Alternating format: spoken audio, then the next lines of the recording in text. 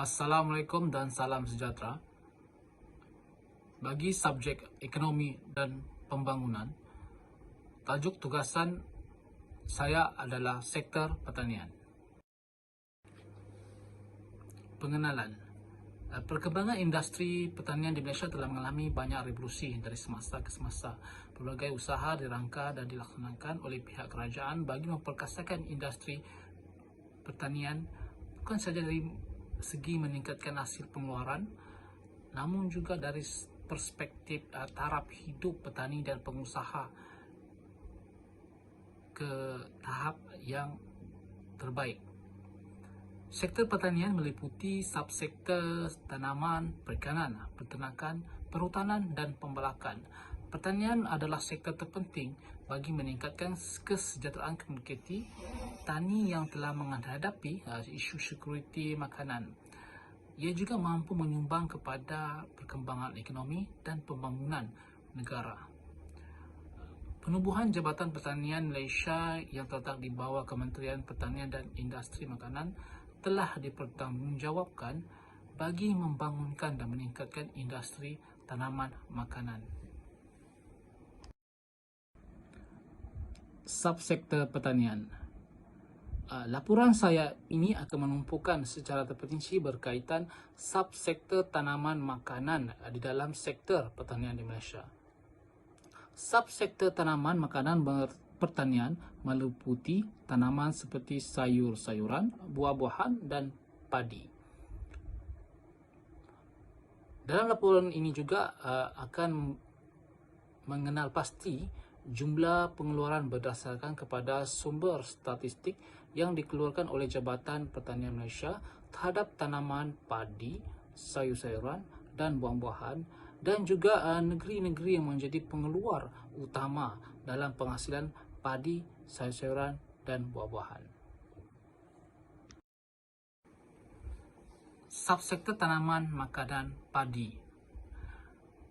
Bagi menampung permintaan jumlah penduduk Malaysia yang dianggarkan semakin meningkat sebanyak 32.7 juta pada tahun 2020, anggaran hasil dan pengeluaran padi pada tahun 2018 sehingga 2020 adalah sebanyak 2,639,202 tan, dan pada tahun 2019 dianggarkan sebanyak 2.352.870 tan metrik, dan pada tahun 2020 sebanyak 2.343.760 tan metrik.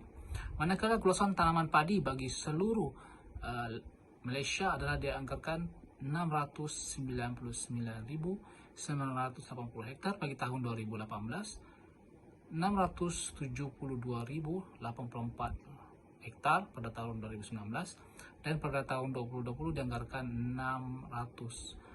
644.854 hektar.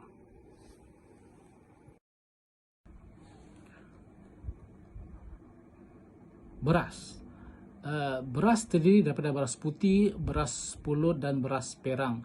Pengeluaran beras di Malaysia dianggarkan sebanyak 1.699.766 tan pada tahun 2018, 1.516.341 tan pada tahun 2019, dan 1.512.709 tan pada tahun 2020. Manakala jumlah beras yang diimport bagi menampung permintaan yang tinggi daripada penduduk di Malaysia dianggarkan sebanyak 1.633.448 tan pada tahun 2018, 1.871.893 tan pada tahun 2019, dan pada tahun 2020 berjumlah 2.471.005 tan metrik.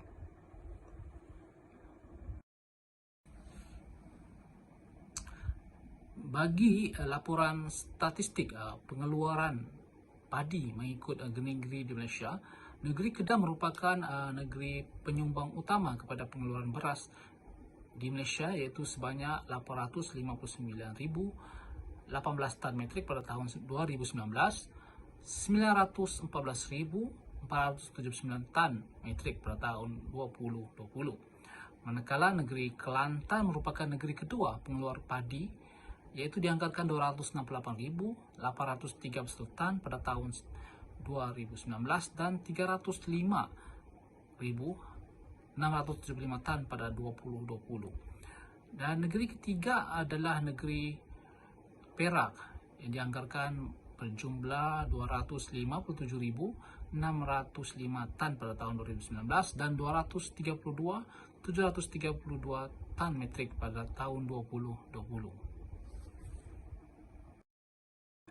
Bagi statistik pengeluaran beras mengikut negeri-negeri Indonesia, negeri Kedah penyumbang utama penghasilan beras bagi negara Malaysia, iaitu dianggarkan sebanyak 558.360 tan pada tahun 2019 dan 594.406 tan metrik pada tahun 2020. Manakala yang kedua adalah negeri Kelantan, dianggarkan sebanyak 184.740 tan dan pada tahun 2020 dianggarkan sebanyak 198.689 tan. Manakala bagi negeri ketiga adalah negeri Perak, dianggarkan sebanyak 167.444 tan metrik pada tahun 2019 dan pada tahun 2020 dianggarkan 151.276 tan metrik. Subsektor tanaman makanan yang kedua adalah sayur-sayuran.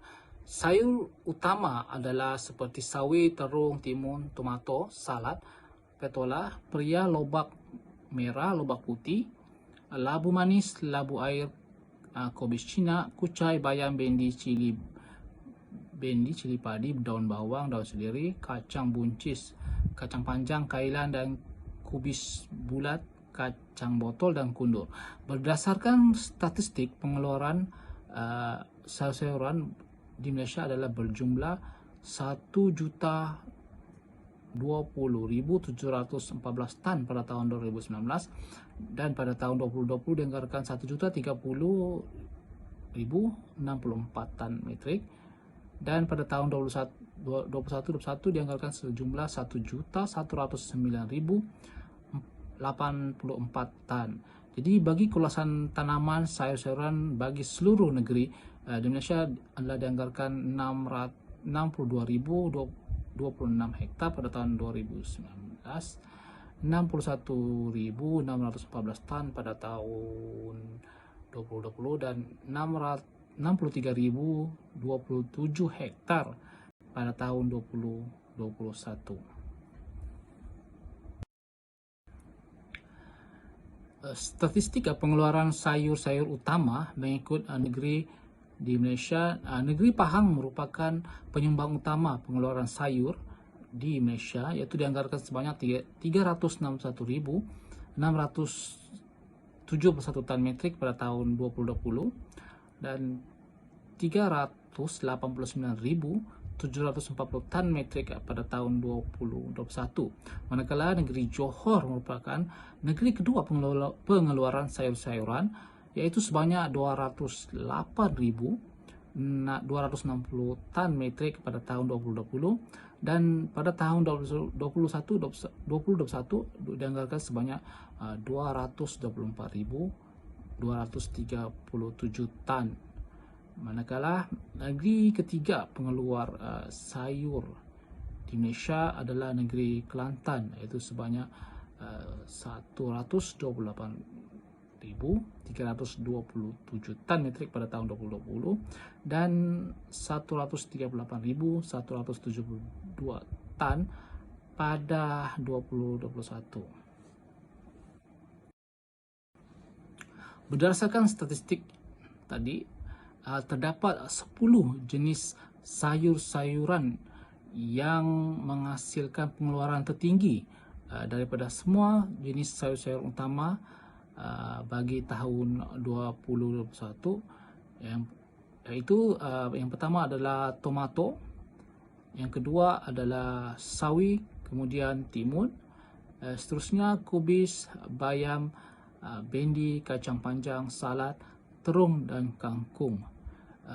Tomato pada tahun 2021 dianggarkan sebanyak 206.923 tan, manakala sawi 154.763 tan, manakala yang terakhir adalah timun iaitu 109.935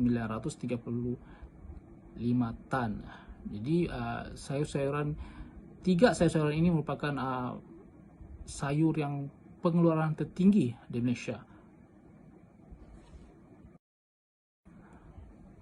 Subsektor tanaman makanan yang ketiga adalah buah-buahan.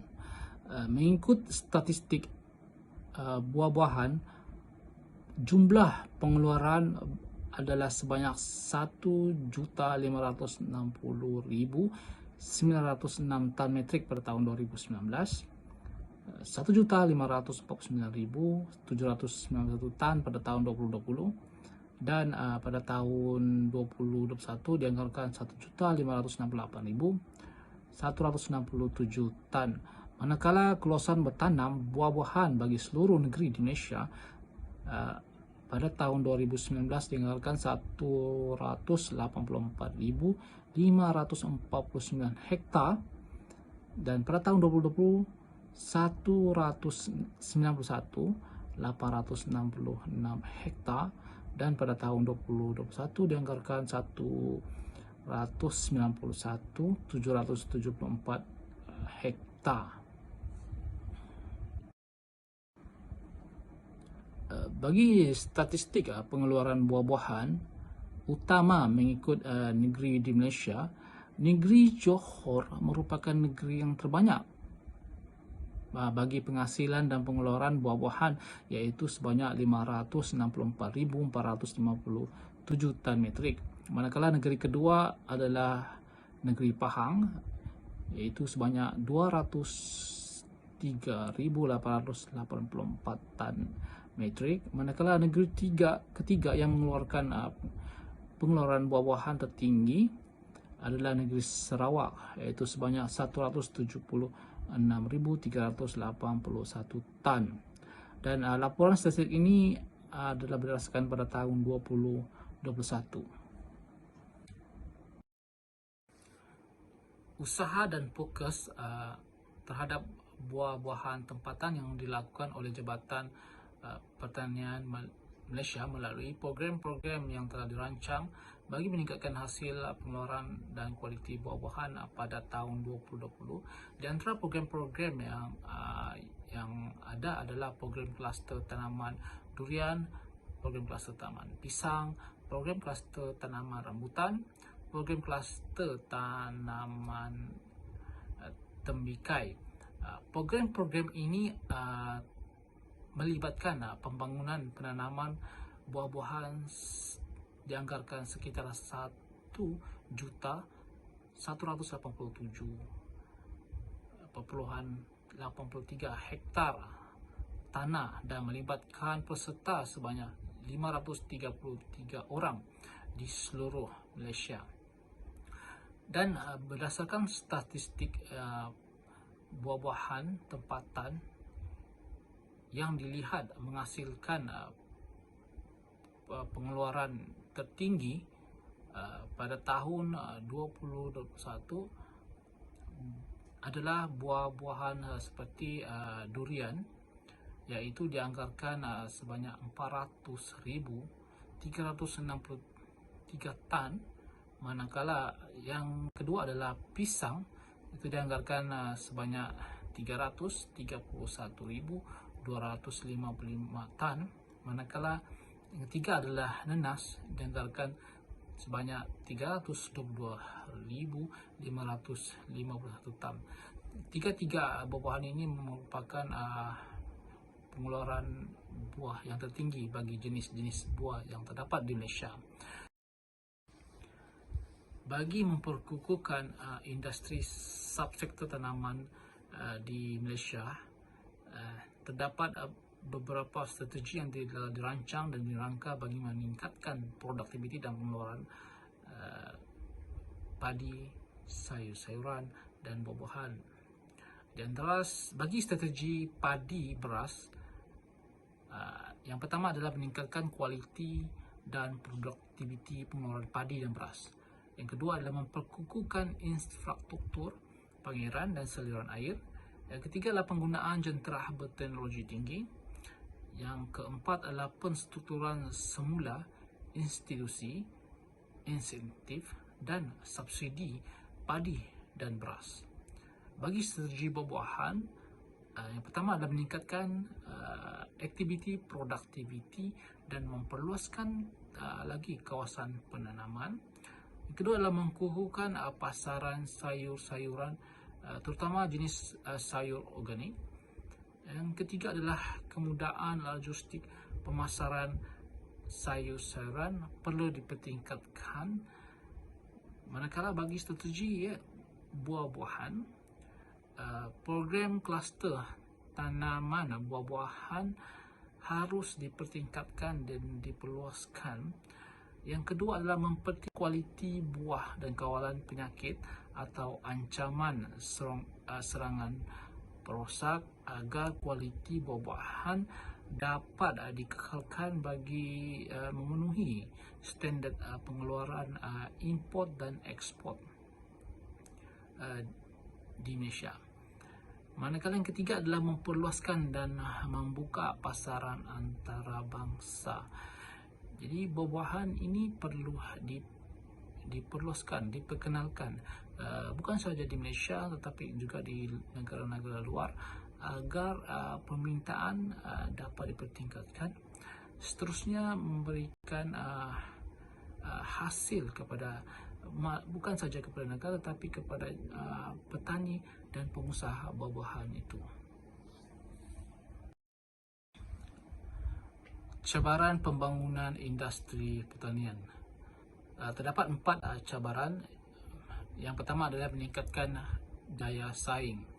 Usaha yang dijalankan oleh pihak Jabatan Pertanian dalam kajian dan pendidikan sektor pertanian telah menggalakkan para petani dan ataupun peladang melalui program-program yang mampu meningkatkan ilmu pengetahuan mengenai teknologi moden dalam pertanian merupakan satu langkah usaha yang berterusan bagi memastikan hasil pertanian mencapai kualiti dan standard yang mampu berdaya saing dengan produk pertanian dari negara lain. Yang cabaran kedua adalah memenuhi keperluan tenaga kerja. Salah satu cabaran halangan yang menjadi punca utama kepada pembangunan sektor pertanian adalah tenaga kerja. Ini kerana kurangnya penglibatan dan penyertaan belia dan masyarakat tempatan di dalam industri pertanian. Kemungkinan ini berpunca daripada suasana persekitaran sektor pertanian sendiri, yang sebagai contohnya kerja yang tidak selesa, panas, kurang famous dan tidak mempunyai pendapatan yang tetap, dan tiada jaminan kerja yang kekal jadi punca mengapa kurangnya penglibatan rakyat tempatan di dalam sektor pertanian. Cabaran ketiga adalah menjamin bekalan makanan mencukupi. Permintaan bekalan makanan di Malaysia adalah disebabkan oleh faktor pertambahan bilangan penduduk, kebergantungan utama kepada sektor makanan terutama pertanian, iaitu ternakan haiwan makanan dan industri perikanan juga menyumbang bekalan makanan kepada rakyat Indonesia. Bagi memastikan bekalan makanan sektor pertanian sentiasa mencukupi, penggunaan tanah terbiar harus dipertingkatkan bagi memperluaskan dan meningkatkan hasil pengeluaran. Penggunaan tanah dapat dipertingkatkan bagi pembangunan tanaman dan perladangan secara besar-besaran, secara tidak langsung juga akan mempertingkatkan hasil dan pengeluaran tanaman. Cabaran ketiga adalah membangunkan industri secara mampan dan menarik pelabur swasta. Jika dibandingkan dengan pelabur di sektor perindustrian,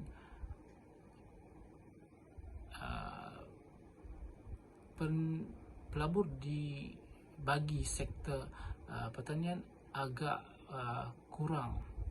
Ini kerana disebabkan oleh kepercayaan pelabur swasta terhadap sektor pertanian dan kurangnya insentif dasar dan prosedur kewangan. Bagi membangunkan industri secara mampan dan berterusan dan menarik pelabur swasta ke sektor pertanian, pihak kerajaan harus mengkaji semula dasar-dasar dan prosedur yang berkaitan penggunaan dan pemilikan tanah yang kini menjadi halangan dan saingan daripada pihak lain bagi tujuan pembangunan dan perumahan. Rumusan bagi mencapai sasaran dasar agromakanan negara yang telah ditetapkan, petani, peladang, pihak swasta dan pihak kerajaan harus berganding bahu dan bekerjasama dengan lebih efektif dan produktif. Penggunaan teknologi yang membantu dan meningkatkan sumber pengeluaran dan penghasilan perlu digunakan sebaik yang mungkin. Latihan dan kursus yang telah dilaksanakan oleh pihak Jabatan Pertanian haruslah dimanfaatkan sebaik mungkin oleh peserta kursus petani dan juga peladang bagi menambah ilmu pengetahuan, sumber tenaga mahir dan penggunaan tanah secara maksimum. Pihak kerajaan dan perbankan kewangan juga harus memberi ruang dan peluang dengan mengkaji dasar dan inisiatif yang bagi menggalakkan pembangunan industri pertanian ke arah yang positif dan tinggi.